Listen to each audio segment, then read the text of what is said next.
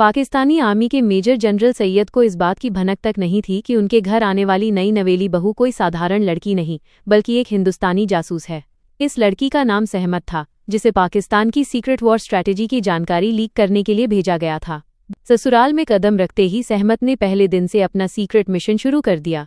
वो कपड़े सुखाने के बहाने छत पर गई और चुपके से उन एंटीना के तारों को निकाला जिन्हें वो अपने मायके से छुपाकर लाई थी। उसने बड़ी सावधानी से उन तारों को छत के चारों ओर इस तरह लगाया कि सिग्नल बिल्कुल क्लियर मिल सके। इसके बाद तार के आखिरी छोर को वॉशरूम के वेंटिलेटर के पास गिरा दिया ताकि उसे अंदर खींचा जा सके। सहमत सीधे वॉशरूम गई और वेंटिलेटर के जरिए तार अंदर खींचने लगी। तभी अचानक उसे किसी के तेजी से कदमों की आहट सुनाई दी, जो वॉशरूम की तरफ ही आ रहा था। गलती से वॉशरूम का लॉक खुला रह गया था और ये देखकर सहमत के पैरों तले जमीन खिसक गई। उसने तुरंत अपना सामान छुपाया और हड़बड़ाहट में अपने कपड़े उतारकर खड़ी हो गई। तभी सहमत का शौहर इकबाल, जो खुद एक पाकिस्तानी आर्मी ऑफिसर था, ने दरवाज़ा खोला और अपनी नई बेगम को इस हालत में देखकर तुरंत दरवाज़ा बंद कर लिया। इस तरह सहमत की मक्कारी पकड़ी नहीं गई और वह बाल बाल बच गई। इसके बाद उसने उस वायर को वेंटिलेटर से खींचकर अपने टाइपराइटर से कनेक्ट किया और अपना पहला मैसेज टाइप किया।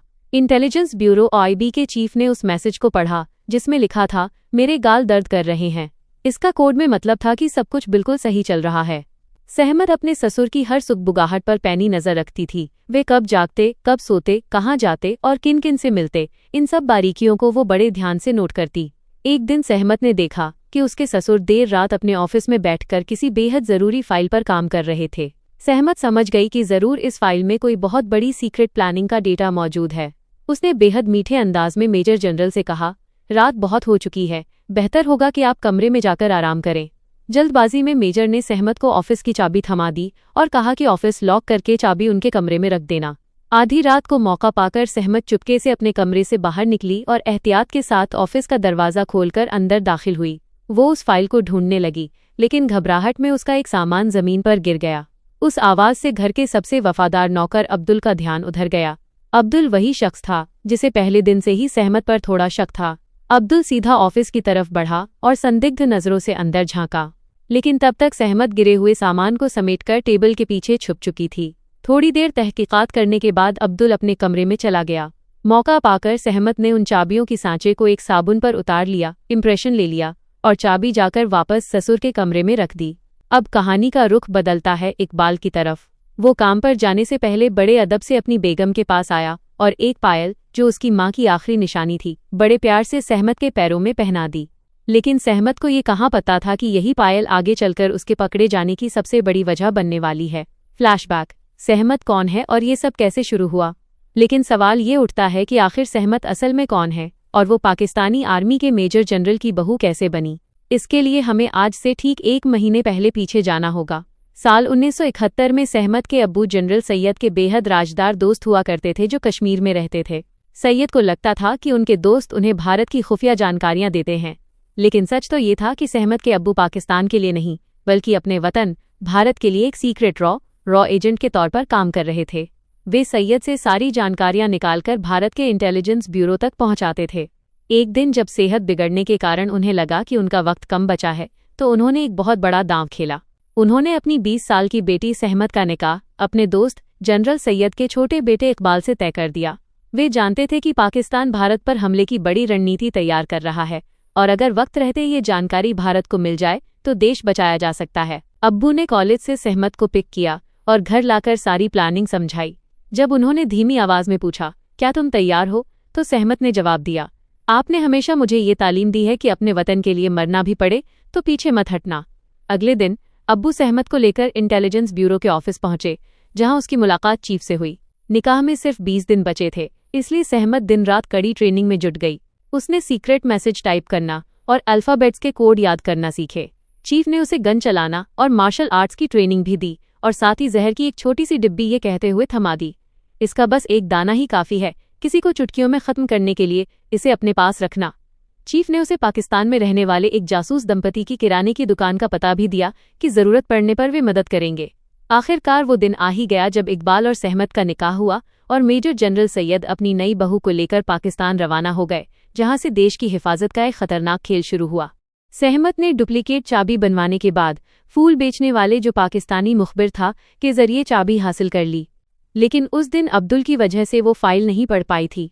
जल्दबाजी में मेजर जनरल उस फाइल को लेकर घर से निकले तो सहमत को यकीन हो गया कि इसी फाइल में पाकिस्तान के हमले का सीक्रेट प्लान छुपा है। सुराग तलाशते हुए सहमत को पता चला कि मेजर पाक आर्मी के जनरल आमिर अंसारी से मिलते हैं। अब सवाल था कि आमिर अंसारी के घर कैसे पहुंचा जाए। तभी एक दिन घर में मेजर की बड़ी बहू की सहेलियां आईं, जिनमें आमिर अंसारी की बेगम भी शामिल थीं। उनका बेटा स्कूल के एनुअल फंक्शन में गाने वाला था, लेकिन उसे गाना नहीं आता था।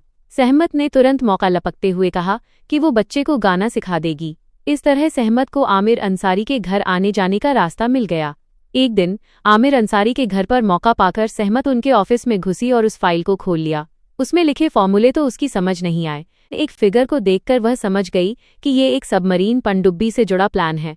तभी आमिर की दूसरी बेगम आ गई तो सहमत ने बहाना बना दिया कि वो वॉशरूम ढूंढते हुए भूल से यहाँ आ गई थी। उसने तुरंत ये अहम जानकारी हिंदुस्तान आईबी चीफ तक पहुंचा दी और चीफ ने भारतीय नेवी को सतर्क कर दिया कि हमला समंदर के रास्ते होने वाला है। घर पर सहमत एक अच्छी पत्नी की तरह इकबाल का पूरा ख्याल रखती थी ताकि किसी को शक न हो। कुछ दिनों बाद जब अब्दुल वही फाइल वापस मेजर के ऑफिस में रख गया तो रात में इमरजेंसी मीटिंग का फायदा उठाकर सहमत ने फिर से ऑफिस में घुसकर फाइल टाइप कर ली। उसी वक्त मेजर अचानक फाइल लेने वापस आ गए।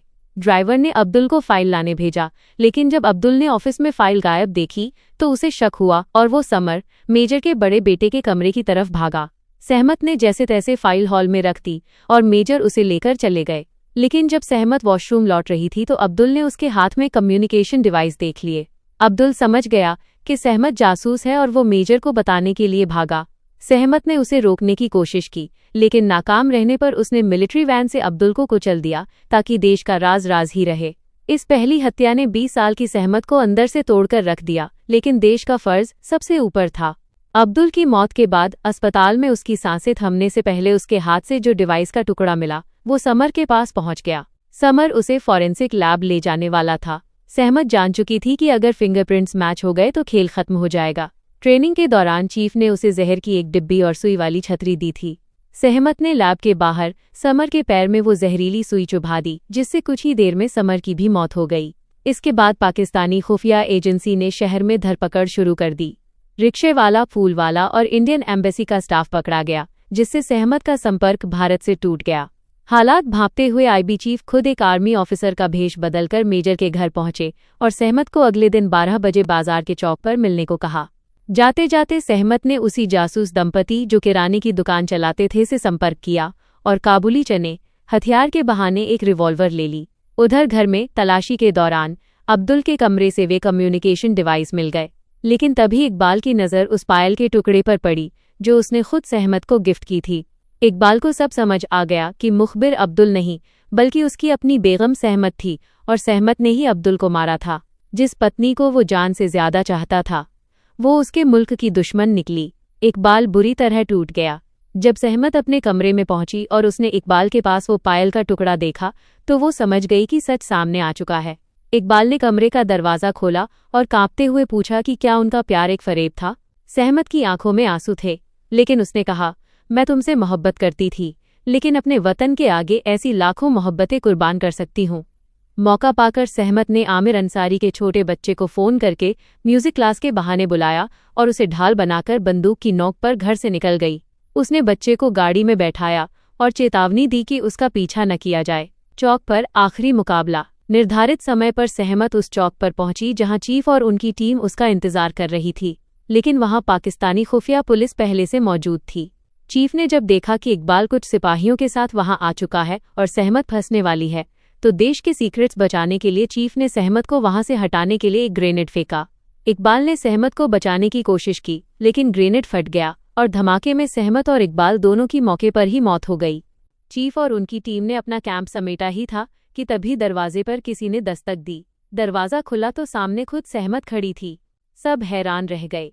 सहमत ने रोते हुए बताया कि उसने पहले ही पाकिस्तानी पुलिस को देख लिया था। उसने रास्ते में राशन की दुकान पर जाकर महिला दुकानदार से अपना लिबास बदल लिया था और इकबाल के सामने जो लड़की खड़ी थी वो असल में वो महिला दुकानदार थी जिसे सहमत दूर से देख रही थी। सहमत की सूझबूझ ने उसकी जान बचा ली थी। इसके बाद सहमत को सुरक्षित भारत वापस ले आया गया और इतिहास गवाह है कि सहमत के इस असीम त्याग और जासूसी के दम पर भारतीय नेवी को पीएनएस गाजी पाकिस्तानी सबमरीन का सटीक लोकेशन मिल गया, जिसे इंडियन वॉरशिप आईएनएस विक्रांत ने समंदर में ही नेस्तनाबूद कर दिया। 1971 की उस जंग में पाकिस्तान को घुटने टेकने पड़े, लाखों सैनिकों ने सरेंडर किया और इस तरह बांग्लादेश को हमेशा के लिए आज़ादी मिल गई।